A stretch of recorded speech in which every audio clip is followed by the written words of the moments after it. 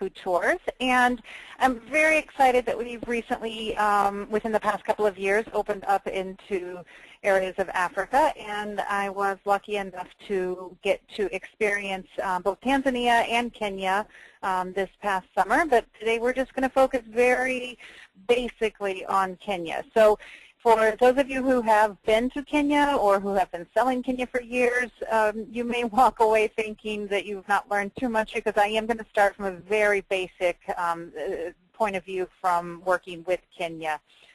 And unfortunately, I tried to fit as much information in my PowerPoint as I could so you all can go back and use it as a reference. So unfortunately, it's going to be a lot like me reading off of the PowerPoint, but hopefully you'll still get some information from it. So as I've noted here, Kenya is, well, obviously, on the map you can see straddles the equator. And I always find it helpful to put it, the size of a country, in perspective to a U.S. state. So Kenya is twice the size of Nevada. So, you know, that sort of helps you when you're kind of getting an idea, well, can they drive from here to here in a day or an afternoon, or does it take, 2 days? So that should help you size-wise. And then you can see it does border Ethiopia, Tanzania, Uganda, Somalia, and Sudan. So this is the main area in the region that people will explore from Kenya if they decide to combine it with a different country as well. So the first thing I would like to do is just go over the very, very basics of Kenya. One of the biggest pluses of traveling to Kenya and selling Kenya, especially for first-time African travelers, is that Kenya is English-speaking.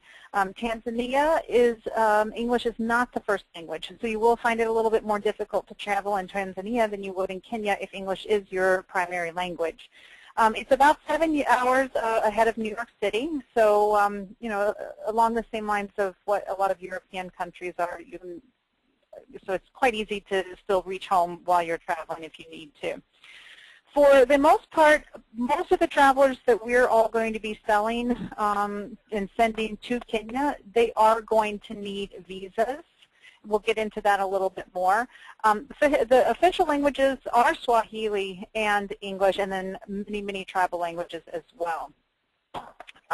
For people who request to do driving on self-drive, they do drive on the left-hand side of the road. So some people may or may not be comfortable with that. But in Kenya, it's really not necessary to do self-drive, or as convenient to do self-drive as other places. If any of you do have your speakers on, can you please just mute, because we can hear you.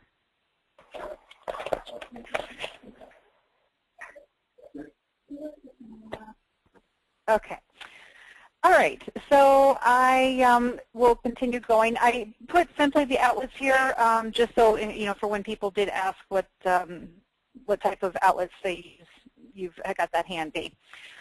So as I mentioned, the majority of our travelers are going to require visas to enter Kenya, and you can either do this ahead of time, or you can purchase the visa upon arrival at the airports in Kenya.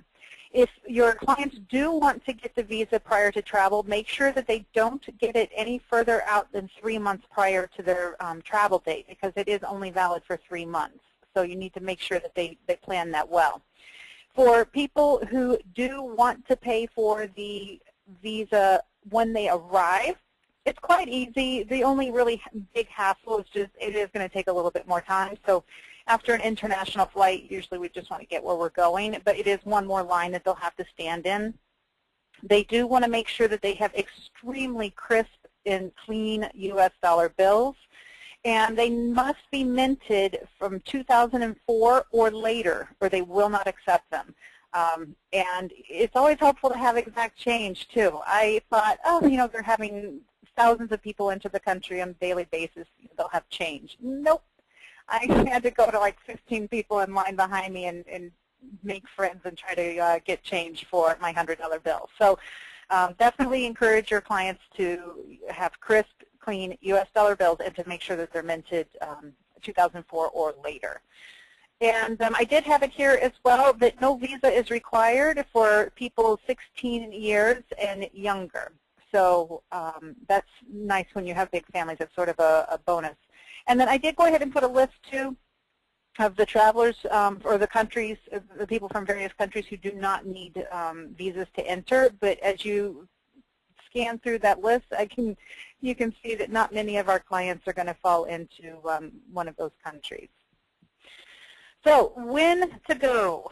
This is always the big question. Really, you can go to Kenya all year round. There are rainy seasons, and you've got the long rains that go from March through May, and then you've got shorter rains that are October to December. I was there at the end of May, early June. Actually, it was probably more mid-June. Because the rains had been so heavy in March, April, and May, a lot of the roads in Kenya, or especially in the Masai Mara, were completely mud puddles, and some of them we couldn't even pass because of the amount of mud and water. So the park roads are not paved, so that can cause some issues. You can get stuck, which I experienced for over an hour waiting for another vehicle to come by and pull us out. So there are definitely drawbacks to going around the rainy season, but it shouldn't stop anybody if that's the only time that they can go. From early July to late September is the famous annual wildebeest migration, and we'll go into that in a little bit more detail here in just a few minutes. So the best time that people can go and where it's going to be the driest is going to be June through September. It's going to be really good weather. So that would be ideal, and it's also going to be when the migration is taking place, most likely July, August, September. Unfortunately, things are going to be more expensive then because that is the best time to go, but people are going to go in knowing that, I would hope. Oops, sorry. All right, so then the Kenya's national parks, I'm only going to touch on 3 today. I'm going to keep it nice and simple. So you've got Nairobi, the capital, is right here. And then you have the Masai Mara, which is the most famous probably of all of the Kenya parks. The other one I'm going to touch on is Lake Nakuru National Park. And then the final one that I'm going to touch on is Samburu Game Reserve. It's up here. So there are plenty, as you can see, plenty of other famous parks and really beautiful parks in Kenya, but to keep things very simple, we're just going to focus on these 3. I did go ahead and put kind of a basic rundown of how long it took to get from places, because by map it may not look like it takes as long, but for example, this bottom, you can see driving from Nairobi to Samburu National Park, which again is up in this area. It took us about 6.5 hours to make that drive, partly because it took us almost an hour and a half to get from one side of Nairobi to the other. The traffic in the mornings is quite horrendous, so that can add a significant amount of time to travel.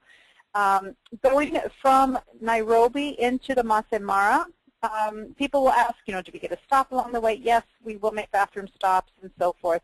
And it took about 2 hours, 40 minutes to get to our first stop. And then after we got out, stretched our legs, it was about another 40 minutes. And then the paved road ended and it turned into a dirt road. That's when you do have to make sure you don't have any fragile travelers, because there is a lot of bumping around. You are on very rough roads, and it can be hours at a time bumping around in a van or a Land Rover. So if you've got somebody who doesn't seem like they're a little bit more rough and tough, you may just want to warn them about that. All right, and then so we're going to continue on. I just put a larger map here in case anyone needed it as reference, but it does not highlight the maps, the national parks like this one does, but it does show you the general roads that go in. I did also include some average travel times, which I think this is very helpful when you're trying, if you don't know a country and you're trying to help get an idea for your clients of what all they can fit in one day, it is kind of helpful to know approximate driving times. But for example, you'll see here, this one lists Nairobi and Samburu as 5.5 hours, and for me it was closer to 6.5 hours. But again, it was mainly because of traffic, so you just always have to take those things into consideration. So for the different types of safaris, I put this page in to kind of give you an idea of how we can work with different clients and try to fit their budget needs and all of the different ways that things can be done. So this is just a very basic, simple 5-day itinerary starting and ending in Nairobi, going to the Masai Mara for 4 nights and staying at Ashnil Mara Lodge, which is a really nice 4.5, 5-star camp. So this is, the reason I did this is just so you could kind of get a feel for the different options. For example, number 1, you can drive one way and then you could fly back to Nairobi, because a lot of people, you know, being in a vehicle 6 hours is a long time for a lot of people, and just to be sitting. And especially because while they're out on game drives, you're sitting in a vehicle as well. So a lot of people think, well, I don't want to miss the scenery. I do want to see it along the way, but I don't need to see it twice. So this is where it would be a good example. Fortunately, you can see this particular example. It is one of the more expensive options. If they were to do this option, our vehicle driver, so our driver guide, would stay with the clients throughout the trip and then take them to the airstrip, and then they would just drive the truck back or the van back to the city without the clients. So that is one option. Another option is just to let them fly both ways. Kenya has a fabulous connections, and Air Safari Link is the main airline that they use for these, but there are plenty of other flight options where they can go into different airstrips for the specific lodge that they're visiting. If they do this, their game drives are going to be supplied by the lodge. Every lodge is going to have their own set of vehicles, but that is typically, unless they're high-end clients and they want to pay a little bit extra, those are usually going to be in shared game drives. So shared game drives isn't necessarily a bad thing, but it definitely does make a difference to have a private vehicle. I remember watching vehicles go by, and there would be 8 to 10 people in a vehicle, and they see a lion on one side. You've got 8 to 10 people trying to see something on one side of the vehicle. Whereas if we're providing the transfers and the game drives, it's a car just for our clients. So it gives them the freedom of hopping to one side of the van to see something and hopping to the other. The third option is if they did just round-trip driving in a 4x4. So this middle picture here is of a 4x4, which most of us refer to like a Land Rover or a Toyota Land Cruiser or what have you. So those are going to be a little bit more expensive than our fourth option, which is a safari van. These are just not as expensive to operate or the initial purchase cost. So that is your least expensive option. My only downfall or negative about, I think the downfall of this particular option is it's not 4x4. So it can get stuck. This is the vehicle that I was actually in where we were stuck in the mud at one point, where if we had been in a Land Rover, I don't think we would have had the same situation. So, but for budget clients who do need to try to bring the price down some, the van is definitely a good, solid option. But you can see between all of these, there's up to an $800 per person cost difference. So this is one way that we can work with individual clients, to make sure that we're tweaking the itinerary to work for their budget and their interests and so forth. This is great. All right. So the most famous park, I think, of all is the Masai Mara National Park. This is considered the best of the best. This is where everybody goes to see the Big Five. And I had intended to put a slide in here on the Big Five, and I forgot until just now. So for those of you who are not familiar with the Big Five, those are buffalo, lion, leopard, elephant, and rhino. And the Big Five originally came about because back in the days when they were hunting on safari. And those were thought to be the 5 most dangerous animals to hunt. So that's how the Big Five came about. So here, appropriate to have a photo of buffalo, which they don't look like they're that scary, but you mess with them and you might regret it. So the typical stay in the Masai Mara is 4 to 7 nights. And I really personally think that staying at 2 different lodges is a great idea for clients if they don't mind packing and unpacking, because it is so huge that even though we were there for days, there are still enormous areas of the park that I did not see. So if you can convince your clients to stay in more than one lodge, I don't think that they will regret it at all. So then, as I had mentioned, and I'll have a map of the wildebeest migration here shortly, that's probably what the most, famous aspect of the Masai Mara is the migration. The birthing season is also another time that a lot of people visit, and that's December to February. And if you'll remember, December is part of one of the shorter rainy periods, but January and February should be okay as well. All right, so also I put in here the park fees because I wanted people to kind of get an idea. This is per day. This is not just a one-time park fee. Even if you don't go out of the park and you come back in, you still have to pay it, even if you don't leave the park. So this is something, that obviously will be included in all of our package prices, so you don't have to worry about it. But, if somebody questions the costs or what have you, when you have a family of 5 or a party of 4, that can add up. So unfortunately, it does make the pricing a little bit higher, but it also helps keep the roads and the poaching down, and it helps the parks operate by using our fees. Oops. Sorry about that. My Skype popped up.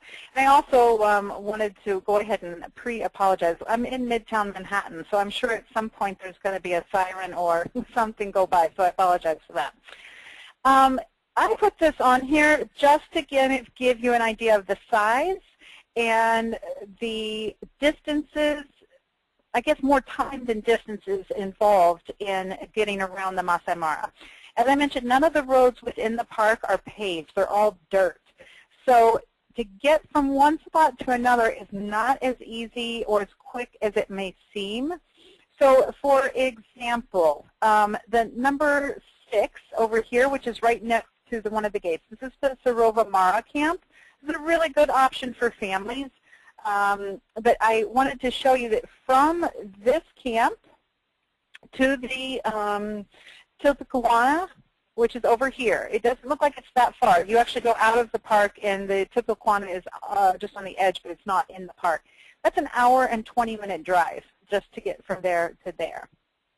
From the Mara Intrepids, which is number 2, to Ashnil, the way that we had to go, because the roads through here were flooded while I was here, we were not able to go this way.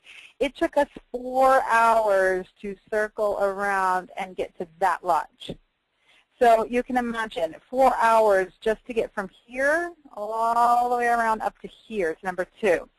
So obviously, this is not something that our clients are typically going to have to worry about because they're not going to be going from lodge to lodge. I'm just mentioning this and showing you this to kind of give you an idea of the amount of time it takes to get from different places. And so this is why I do think it's a good option for clients to stay in more than one lodge, because that way they get to see. So for example, when you leave Ashnil, you'll do your game drives in different areas and different roads throughout. And the guides are very good about keeping in contact with each other via radio. So if one of them sees a kill or, a pride of lions or something, so, and if you're nearby, then your guide will go over as well, and so forth. But it's amazing what you'll see just, happen to walk past your vehicle, no matter where you are. So even though that this does take, 4 hours to get around there, you're seeing amazing things along the way, that you wouldn't have if you were just stuck in one particular camp and doing short, little short excursions from the camp. So the Great Migration. It's funny because we all picture just wildebeest usually, and it's not just wildebeest. It's zebras as well. And it's, by the time you've been there for a couple of days, you're like, zebra, shmebra, you've seen so many. It's just, crazy. And you don't, a lot of times, stop and appreciate them for their individual animals. You just see them, and it's the sheer number of animals that's so jaw-dropping. So this is the, I put 2 maps because I thought it was they complemented each other. So you've got this all down in here is Tanzania, and just this tiny little section is where it comes into Kenya. And again, this is the same map over here, similar. But so this is just the area that you've got for Kenya. So it's funny that Kenya is so well associated with migration when it's just this tiny little speck of Kenya that it goes up into. But they do stay for quite a few months in the area. And then so as they make their way back down, it's through here, December, January, February, that they're usually, that's when the birthing season is. So this is usually where you're going to see the birthing is down in Tanzania for the migration. So this is, it can start as early as, June or July to make its way over into the Masai Mara, or it can be as late as July into August. You really, it's nature. There's no way of knowing for sure. But August and September, I think your clients would have to be pretty darn unlucky if they went there during August or September and didn't get to see the Masai Mara. However, going back up to, I told you we'd be hearing horns or sirens. So going back up to this map, you can get an idea. This, I just showed you how far and how long it takes to get from places. This is this. So even though you may have the migration going on, doesn't necessarily mean if you're staying over here in this part of the park that you're going to see the migration if it's going on over here in this part of the park. Another reason to be condoning 2 different lodge stays. Moving on from Masai Mara, we have Lake Nakuru National Park. This park is famous, most famous for the flamingos and the rhinos. I was so fired up to go to this park, and in part because of this particular photo that I see online all the time. I think that is the most amazing photo of the plane flying over the flamingos. And I was just so excited to go. And I've heard it described as seeing clouds, pink clouds, take off from the water because there's so many flamingos. Well, for the first time since the 1970s, the lake has flooded, and all of the flamingos have moved to another lake. So when I got there, this was the grand total of flamingos that I saw. I was quite disappointed, but by the time we left, I was in love with this park. Obviously there are plenty of there are pelicans, there are other birds, but we also saw male lions, we saw rhinos, buffalo. So it really did have enough other wildlife to, make up for the fact that there were no flamingos. They're hoping that the flamingos will be back by the end of this year because the water is receding. But for the first time in many people's lifetimes, this is the first time that it's not been covered in flamingos. So it's kind of an unusual thing. But it is a huge draw for birders. So any of your clients who are really interested in birding, this is a great option for them. There are fewer lodge options and camp options around the lake because it is so much smaller, but it is a quite easy park to navigate and to see. And I think I put in here at some point, yes, that the lake is actually 27% of the total park. So, you can't not go out onto the lake, but there are roads that go around it, so you can spend quite a bit of time. I would say 2 nights, maybe 3 maximum at this park is probably sufficient. And then we made our way up north to Samburu National Park, and this one is starting to become more popular than it has been in previous years. But it has some particular animals that are different than any other species that you'll find in Kenya. There are 5 particular animals that are known only to be in this particular area. So they're called Samburu Special 5. And I did not put a picture of all of them, but I have listed them here for you. The gravy zebra is a zebra that has teeny tiny little stripes. So the stripes are much finer, and then they have white bellies. So you do tend to learn the nuances of the various fauna in the area when you're out. The Gerenuk is this right here. It's also called the giraffe antelope. because of its neck. And what most people go to see, they want to see it up on its hind legs, and it eats the shrubs that are higher up. And so over time it's evolved into having a much longer neck. But this particular park is there's a river that goes through the middle of it. So it is really great for viewing from your lodge, because most of the lodges are along the shores of this particular river. So when you are sitting there with your cocktail at night, your sundowner, it's not unheard of to see herds of elephants come up to the river, or the giraffe, or what have you. So this particular lodge is really nice. It's a little bit more off, not lodge, park. It's particularly nice because it's a little bit more off the beaten path. It's not quite as popular as the Masai Mara, but you still do get to see a lot of the big five, and the lodges are really, really great there. Again, I've put the park fees here. They're not quite as much as the Masai Mara, but they are still up there. And then the last two slides that I have are just simply showing you the types of accommodations you can have. The main two are lodges or camps. So a lot of people will not feel as comfortable in a camp, an tented camp, as they would a lodge. It's to each his own. You don't want to put a client out of their comfort zone. If that's truly not what they want, then I wouldn't try to sway them. I think they'll be just as happy in a lodge.